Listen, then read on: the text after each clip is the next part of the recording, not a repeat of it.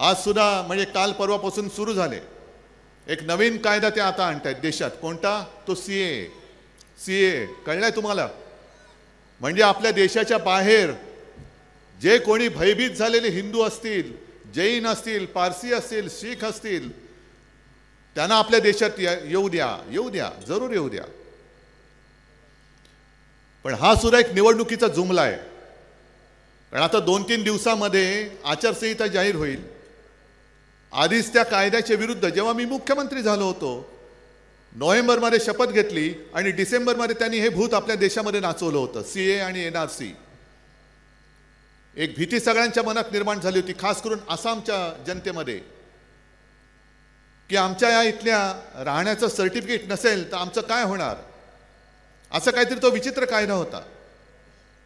आणि त्याच वेळेला या कायद्याच्या विरुद्ध काही याचिका कोर्टात दाखल झाल्या.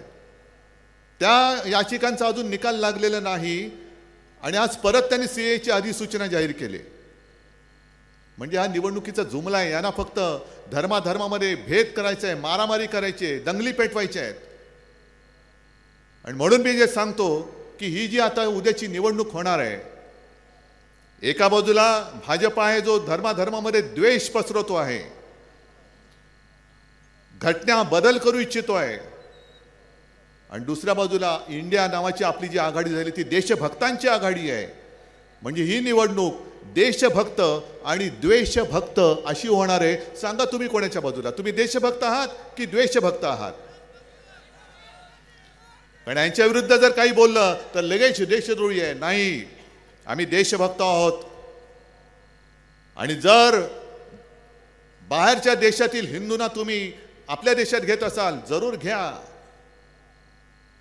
पण अजून देखील काश्मीरचं 370 कलम काढलं, ज्याला आम्ही पाठिंबा दिला होता. हो, दिलाच. आणि काश्मीरमध्ये जेव्हा काश्मीरी पंडित घर सोडून बाहेर पडत होते, म्हणजे आपल्याच देशामध्ये काश्मीरी पंडित संपूर्ण देशामध्ये विस्थापित होऊन असे पसरले होते, कोणी त्यांचा वाली नव्हता.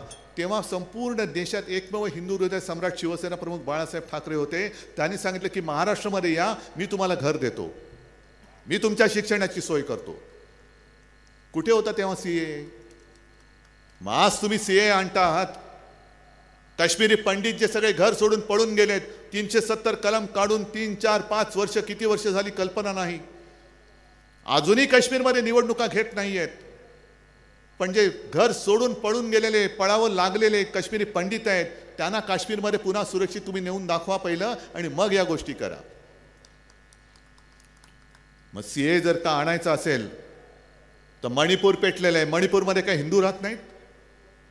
जाती जमातीमध्ये जो काही आगडोंब उसळलेला आहे, ना तिकडे पंतप्रधान जायला तयार, ना तिकडे गृहमंत्री जायला तयार. म्हणजे पंतप्रधान समुद्राच्या बुडाशी जातात, तळाशी जातात, पाण्याच्या तळाशी जातात, पण मणिपूरमध्ये जात नाहीत.